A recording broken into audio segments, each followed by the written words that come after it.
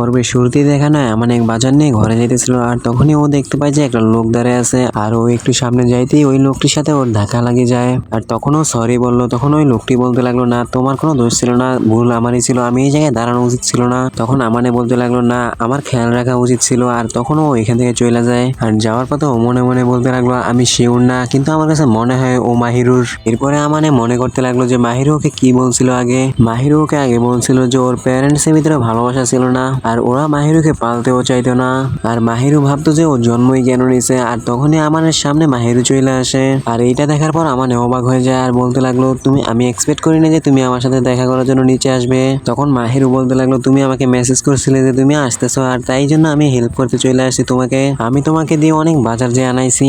তখন আমানে মনে মনে বলতে লাগলো যে তার মানে ও মাহিরুর সাথে দেখা করতে আসেনি এখানে। আর তখনই মাহিরু আমানেকে দেখে বলতে লাগলো কিছু হয়েছে নাকি আমানে, তুমি কি কিছু লুকাইতেছো আমার থেকে? তখন ও বলতে লাগলো না আমি বুঝতে পারতেছি না যে কিভাবে বলবো তোমাকে এটা। তখন মাহিরু বলতে লাগলো যদি তোমার বলতে ইচ্ছা করে তাহলে বলে দাও আর যদি না বলতে চাও তাহলে বইলো না। তখন আমানে বলতে লাগলো অ্যাকচুয়ালি আমার সাথে একটা মানুষের দেখা হয়েছে বাইরে, ও আমাদের বিল্ডিং এর নিচে দাঁড়িয়ে ছিল আর উপরে রূপসের দিকে তাকিয়েছিল। ওর চোখগুলো তোমার মতো, অ্যাকচুয়ালি ওর চুল আর চোখের কালার সেম তোমার মতো আর ওর চেহারাও দেখতে কিছুটা তোমার মতো। আর তখন মাহিরু বলতে লাগলো তুমি তাহলে এমন কাউকে দেখছো যাকে দেখে তোমার মনে হয় যে ও আমার ফাদার হবে? তখন আমানে বলতে লাগলো আমি শিওর না। তখন মাহিরু বলতে লাগলো উনি আমার ফাদার হইতে পারে না কারণ ওনারা কখনোই আমার মধ্যে কোনো ইন্টারেস্ট দেখায় নাই, ওনারা কখনোই আমার সাথে সময় কাটানোর চেষ্টা করে নাই, ওনারা সবসময় কাজের মধ্যে ব্যস্ত থাকতো, এখনো হার্ডলি আমার সাথে কমিউনিকেশন করে আর বছরে খুব অল্প সময় আমার সাথে কথা বলে, তাও শুধু কাজের জন্য। ওনার কোনো কারণ নেই এখানে আসার আর যদি আসেও তাহলে আগে বইলা দিব, এরকমটা কখনোই হয় নাই। আমি ওনাদের সাথে শুধু ব্লাড রিলেটেড, ওনারা কখনোই আমাকে প্যারেন্টস এর মতো পালে নাই, আমার আসল প্যারেন্টস হলো কোয়কি। আর তখনই আমানে ওকে পিছন থেকে হাক করে নেয়। মাহিরু বলতে লাগলো এটা কিসের জন্য? তখন ও বলতে লাগলো একা ফিল করার কারণে। তখন মাহিরু বলতে লাগলো কে একা ফিল করে? তখন আমানে বলতে লাগলো আমি।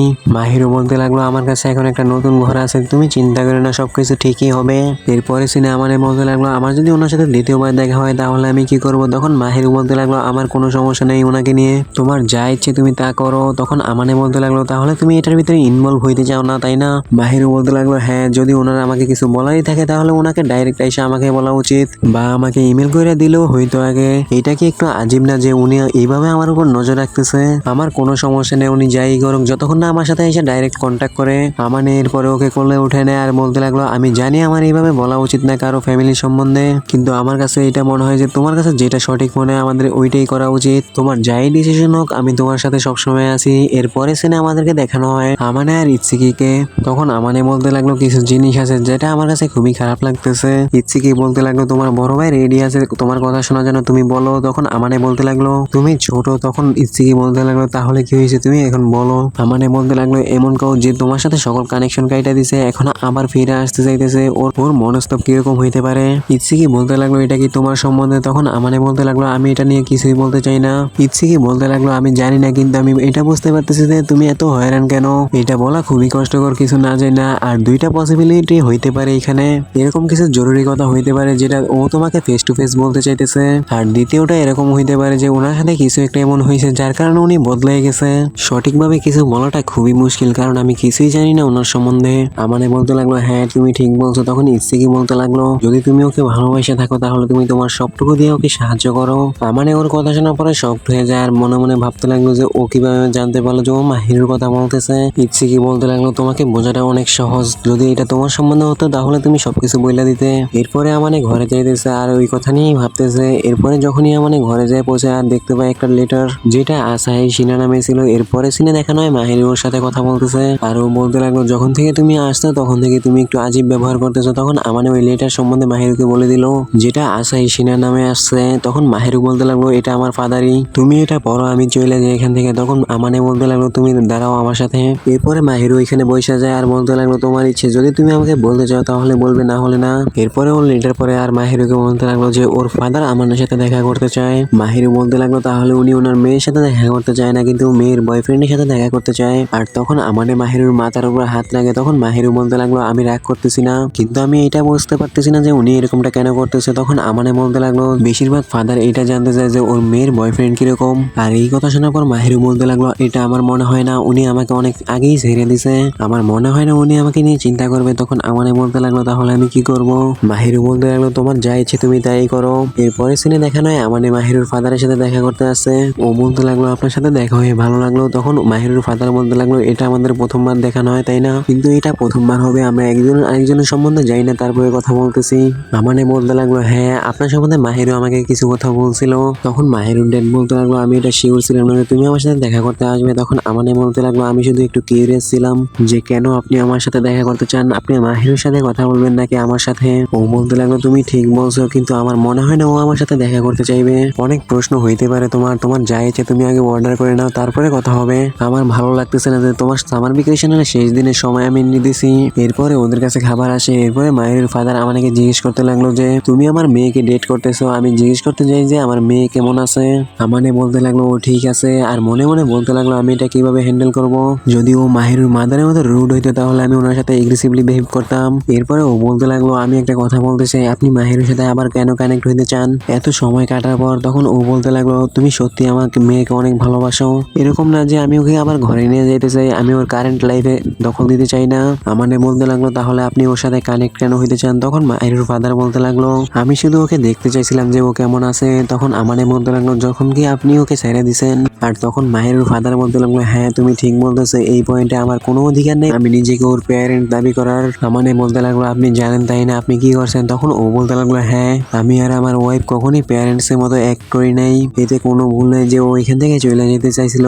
আমানে মনে মনে বলতে লাগলো আপনি এত সময় কেন লাগিয়ে দিয়েছেন আসতে।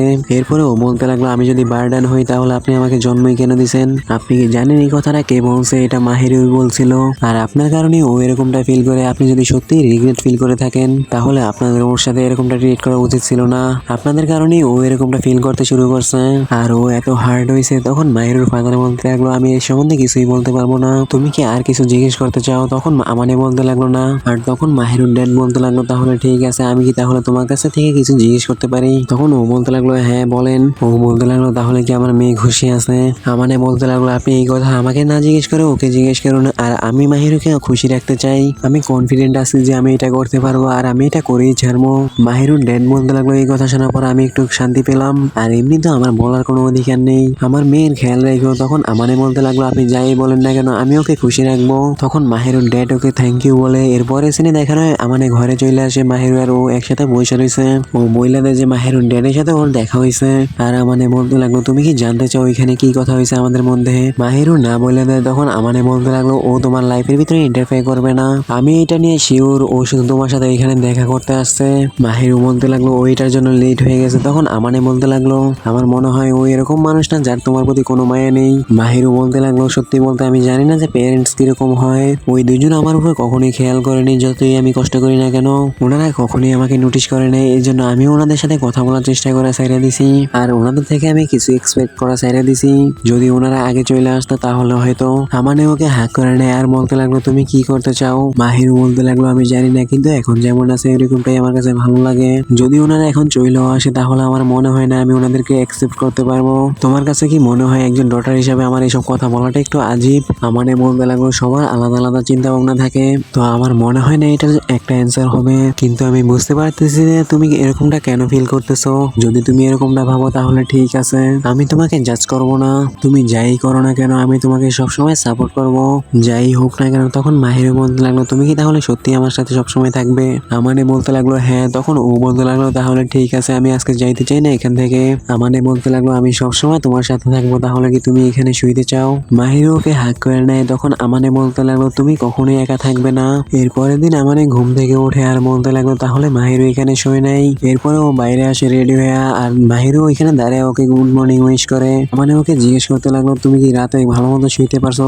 মাহিরু বলতে লাগলো আমি এতটা ডিপ্রেসড না যতটা তুমি ভাবতেছো, আমি ঠিক আছি। এরপরে যাওয়ার সময় মাহিরু বলতে লাগলো তুমি কি কিছু ভুলে যাইতেছো।